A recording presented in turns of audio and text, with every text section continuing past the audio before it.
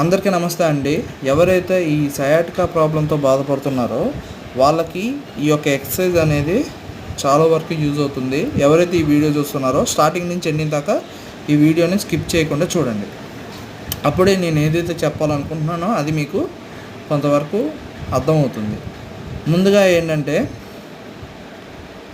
ఇప్పుడు నేను మన తుంటి భాగం ఏదైతే ఉందో, ఇప్పుడు ఆ తుంటి భాగం నుండి మన తొడ భాగం దాకా తుంటి భాగం అనేది మంచం మీద ఉండాలి.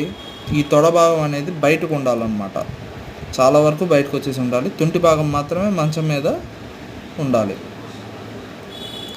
మన కాలు కూడా ఎట్లా అంటే, ఇప్పుడు మన చేతులను అలా మంచం యొక్క గ్రిప్కి పెట్టుకొని బాడీని కొంచెం వెనక్కి బెండ్ చేసి మన రెండు కాళ్ళని స్ట్రైట్గా బెండు లేకుండా, మోకాల దగ్గర బెండు లేకుండా స్ట్రైట్గా పెట్టాలన్నమాట.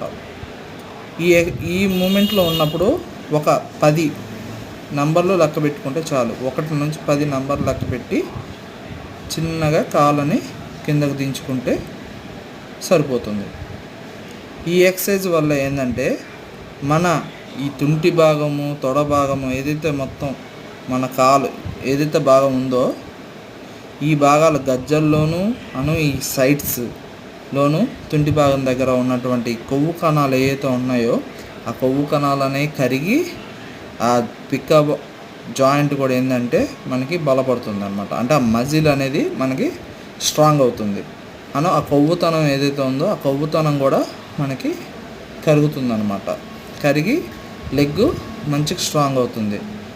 మనకి ఎలాంటి ప్రాబ్లమ్స్ కానీ ఏమైనా వచ్చినా కూడా, మన కాళ్ళకి ఎటువంటి సమస్య వచ్చినా కూడా అది అతి కాకుండా మనం ఇలాంటి ఎక్సర్సైజ్ చేయడం వల్ల కొంతవరకు మనం స్ట్రెంగ్తన్ చేసుకుంటాం కాబట్టి ఆ ఎఫర్ట్ అనేది ఎక్కువ ఉండదు.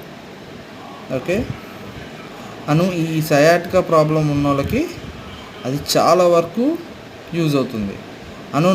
మన నర్వ్ సిస్టమ్ ఏదైతే ఉందో ఈ నర్వ్ సిస్టమ్ కూడా స్ట్రాంగ్ అవుతుంది.